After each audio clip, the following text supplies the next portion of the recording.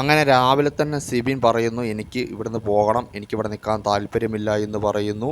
അപ്പോൾ big boss സിബിനെ confession റൂമിലേക്ക് വിളിക്കുന്നു. അപ്പോൾ സിബിൻ പറയുന്നു, എനിക്കിനി ഇവിടെ നിൽക്കണ്ട, നിങ്ങൾ എന്നെ വെച്ച് ഇനി കണ്ടൻറ് ഉണ്ടാക്കണ്ട, നിങ്ങൾ എന്നെ വെച്ച് കണ്ടൻറ് ഉണ്ടാക്കിയെടുത്തോളം മതി, നിങ്ങൾ എന്താ വെച്ചാൽ ചെയ്തോ, എനിക്കിനി ഇവിടെ നിൽക്കാൻ പേടിയാണ്, ഇവിടുത്തെ ആളുകളെയും പേടിയാണ്, പുറത്തെന്താ സംഭവിക്കുന്നതും എല്ലാം പേടിയാണ്, എനിക്കിവിടുന്ന് പോകണമെന്നൊക്കെ സിബിൻ പറയുന്നു. നിങ്ങൾ എന്നെ വെച്ച് ഒരുപാട് അങ്ങോട്ട് കണ്ടൻറ് ഉണ്ടാക്കണ്ട എന്നും ബിഗ് ബോസിനോട് നേരിട്ട് സിബിൻ പറയുന്നു.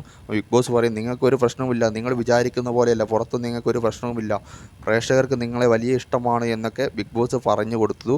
പക്ഷേ അതിലൊന്നും കാര്യമുണ്ടായില്ല. സിബിൻ ഉദ്ദേശിച്ചത് എന്താ വെച്ചാൽ ശനിയാഴ്ചത്തെ എപ്പിസോഡാണ്. അതായത് ശനിയാഴ്ചത്തെ എപ്പിസോഡിൽ വളരെ ക്ലിയർ ആയിരുന്നു, സിബിനെതിരെ ശക്തമായ ആക്രമണം ബിഗ് ബോസിൻ്റെ ഭാഗത്തുനിന്നുണ്ടായിരുന്നു.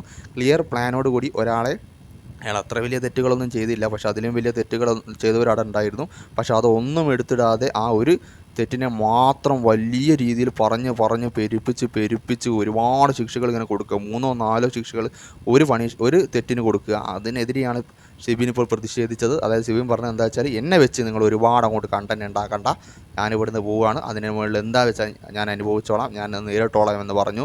നേരിട്ട് ബിഗ് ബോസിന് പറഞ്ഞു. ബിഗ് ബോസിന് അവസാനം സിബിൻ്റെ മുമ്പിൽ മൊട്ടുമടക്കേണ്ടി തന്നെ വന്നു എന്ന് തന്നെ പറയാം. അവസാനം ഇപ്പോൾ എല്ലാം സംസാരിച്ച് സിബിൻ അകത്തേക്ക് കയറിയിട്ടുണ്ട്. പക്ഷേ പറയേണ്ട കാര്യങ്ങൾ പറഞ്ഞത് ഏതായാലും നന്നായി. കാരണം ഒരാളെ വെച്ച് ഓവർ അങ്ങോട്ട് കണ്ടൻറ് ഉണ്ടാക്കുന്നു ശരിയല്ല, പാർഷ്യാലിറ്റി കാണിക്കുന്നതും ശരി.